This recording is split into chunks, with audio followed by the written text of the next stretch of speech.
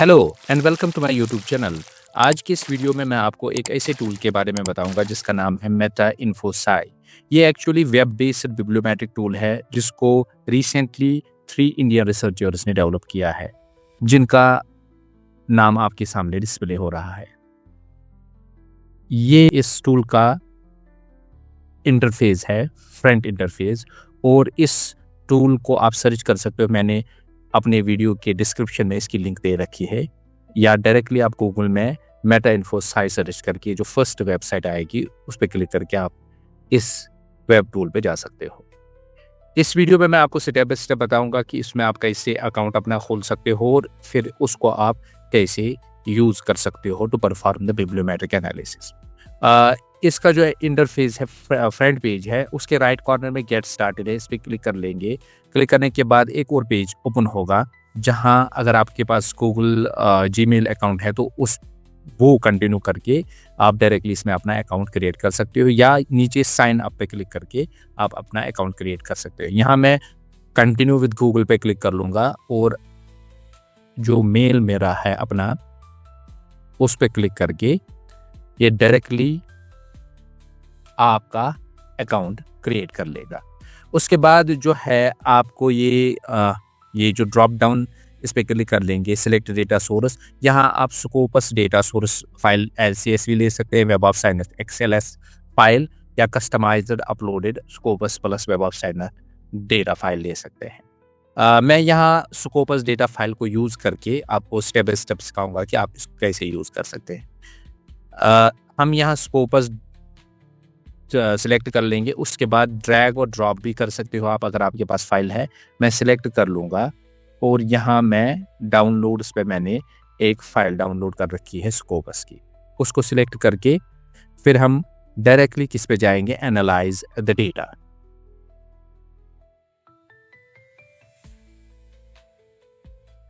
Analyse data पे click करने के बाद ये पेज आपके सामने ओपन होगा और इसमें ये आपको दिखाएगा कि आपकी फाइल में कितने जो है रिकॉर्ड्स अवेलेबल है। 121 टोटल रिकॉर्ड्स इसमें है, और लेफ्ट साइड में एक पैनल दिखेगी डेटा कैटेगरीज। आप इन पे क्लिक करके आप सिलेक्ट भी कर सकते हो कि कौन कौन सी डेटा कैटेगरीज आपको चाहिए, यानी कि रिसर्च इंफॉर्मेशन मैं सभी को सिलेक्ट कर लूँगा और राइट साइड में ये आपको दिखाएगा कि आपको क्या क्या चाहिए इसमें।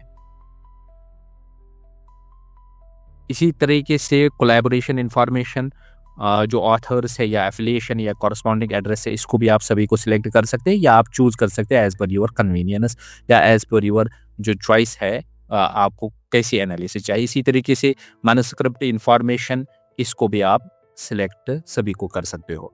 फिर यहाँ राइट साइड में आपको चूज करना होगा जो है map 21 selected features to available columns 46। तो इनको आप ऑटो सजेस्ट मैपिंग भी कर सकते हो, या आप एक एक करके सिलेक्ट कर सकते हो जो आपको मैपिंग चाहिए।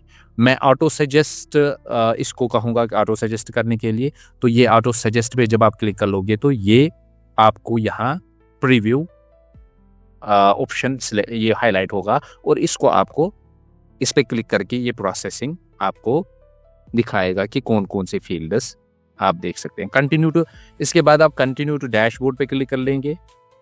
कंटिन्यू टू डैशबोर्ड पे क्लिक करने के बाद ये आपके सामने एक इंटरफेस खुलेगा जिसमें आप देख सकते हो कि ओरिजिनल डेटा जो है 121 पेपर्स का है, फिल्टर्ड। अगर आप इसमें फिल्ट्रेशन लगाना चाहते हो तो यहाँ पे आप इसकी फिल्ट्रेशन कर सकते हो, अप्लाई फिल्ट्रेशन।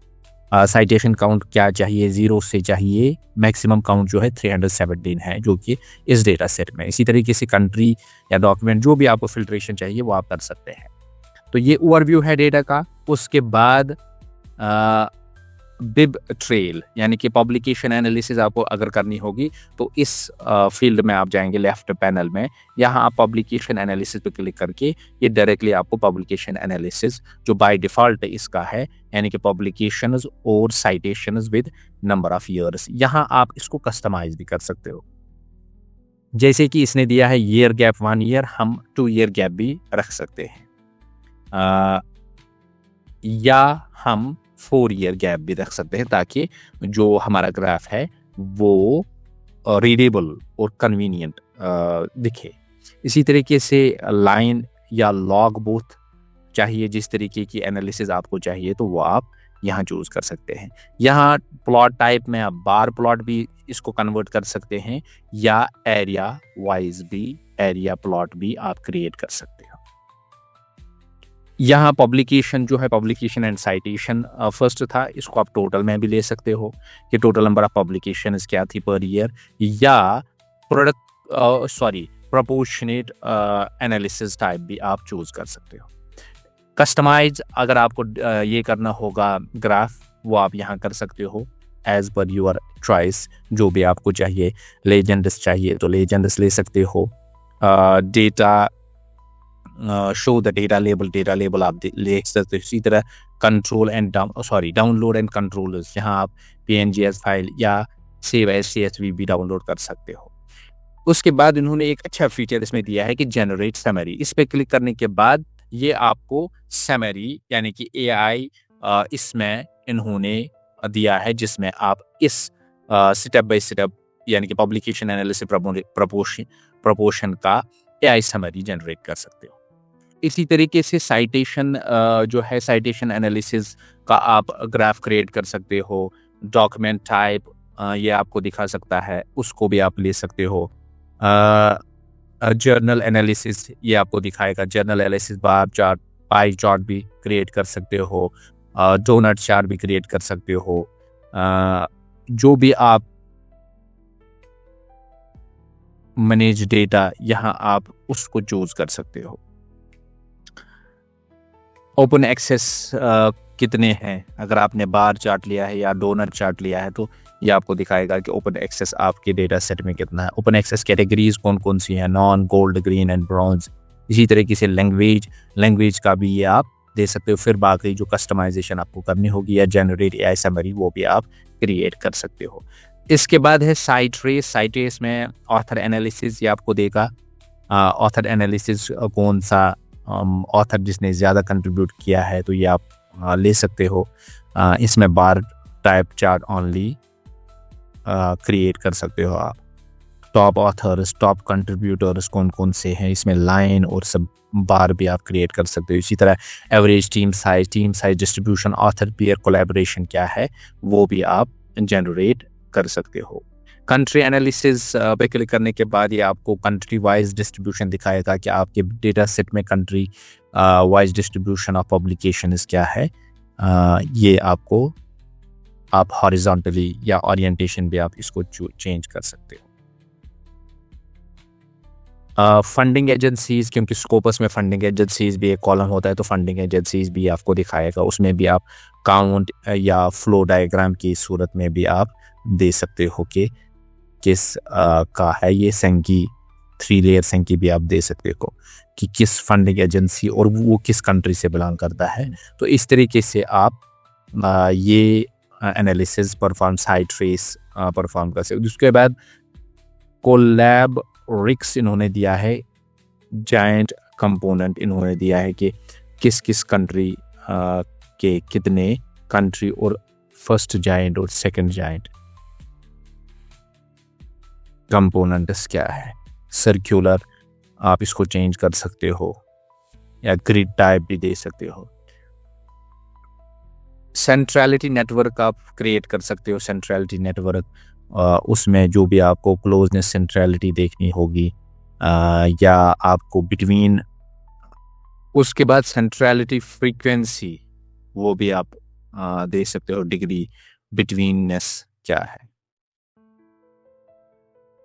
कम्युनिटीज यानी कि ऑथर जो है, ऑथर का कोड है जो स्कोपस में मिलता है। उसके बाद थीमेटिक्स इन्होंने दिया है। वर्ड क्लाउड आप जनरेट कर सकते हो। वर्ड क्लाउड एक तो ट्री मैप भी क्रिएट कर सकते हो और वर्ड क्लाउड भी क्रिएट कर सकते हो। उसके बाद आप इसको ओवल में भी चेंज कर सकते हो,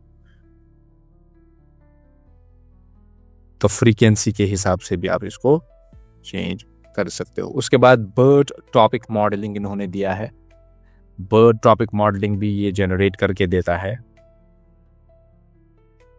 कौन कौन से टॉपिक इसमें दिए हुए, line chart, stacked bar chart भी ये क्रिएट कर सकता है। उसको आप हॉरिजॉन्टल या वर्टिकल भी चेंज कर सकते हो। उसके बाद इन्होंने कीवर्ड मैपिंग का भी दिया है ऑप्शन। कीवर्ड मैपिंग में आप इसको number of nodes as per your convenience उसको ले सकते हो, तो उसको आप कस्टमाइज भी कर सकते हो। उसके बाद सैंकी डायग्राम आप जनरेट कर सकते हो। सैंकी डायग्राम पे क्लिक करने के बाद ये सैंकी डायग्राम एक तो keyword, number of keywords, data manage, इसमें कौन कौन सी कीवर्ड्स, टॉपिक और कंट्रीज का आप क्रिएट कर सकते हो। कीवर्ड्स कितने होने चाहिए ये आप चेंज भी कर सकते हो, और कंट्री, किस कंट्री ने कौन से कीवर्ड्स और किस टॉपिक से वो बिलोंग करते हैं। नंबर ऑफ टॉपिक्स 5 है, 1 2 3 4 एंड 5। तो ये आप सैंकी डायग्राम भी जनरेट कर सकते हो। तो मुझे लग रहा है कि एक ईजी टू यूज़ टूल है।